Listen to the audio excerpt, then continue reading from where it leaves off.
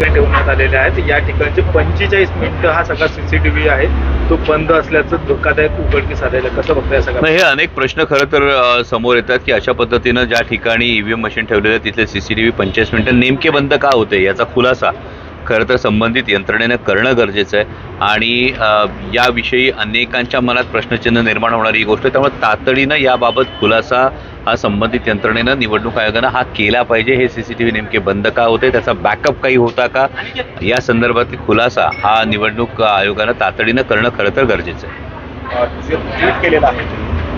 काय प्रश्न तुम्ही म्हणजे आज हडपसर विधानसभा मतदारसंघामध्ये मतदान सुरू असताना एक अत्यंत धक्कादायक ही गोष्ट समोर आली आणि त्यामध्ये महायुतीच्या उमेदवारांचा पोलिंग एजंट हा प्रचार साहित्य घेऊन मतदान केंद्रामध्ये बसला होता आणि काही माजी सैन्य दलातल्या अधिकाऱ्यांनी, काही सैन्य दलातल्या माजी अधिकाऱ्यांनी त्याला जाब विचारलाय।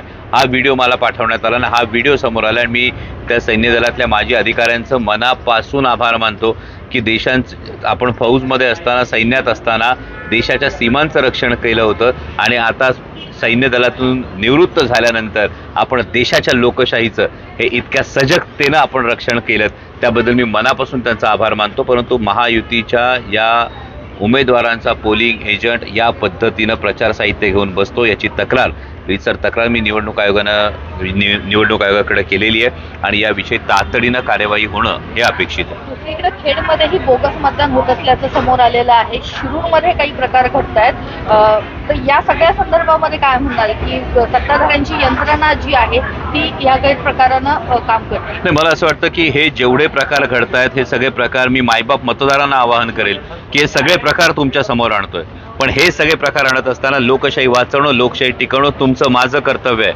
आणि त्यामुळे असा एक प्रकार जर समोर आला तर त्याच्या 5 पटीनं तुम्ही बाहेर पडलं पाहिजे, तुम्ही समोर आलं पाहिजे आणि तुम्ही समोर येऊन तेवढं जास्त मतदान केलं पाहिजे। जेव्हा चांगलं आणि वाईट या 2 प्रकारचा संघर्ष सुरू असतो तेव्हा वाईट एक जर असेल तर चांगलं 5 आलं तर ते चांगलं हे वाईटाला झाकतं आणि चांगुलपणाचा कायम विजय होतो। त्यामुळे माझी मायबाप मतदारांना विनंती आहे, सुज्ञ मतदारांना विनंती आहे, आपल्या देशाची निवडणूक आहे, आपल्या लोकशाहीची निवडणूक आहे, त्यासाठी मोठ्या संख्येनं बाहेर पडा आणि मतदान करा ही माझी विनंती आहे।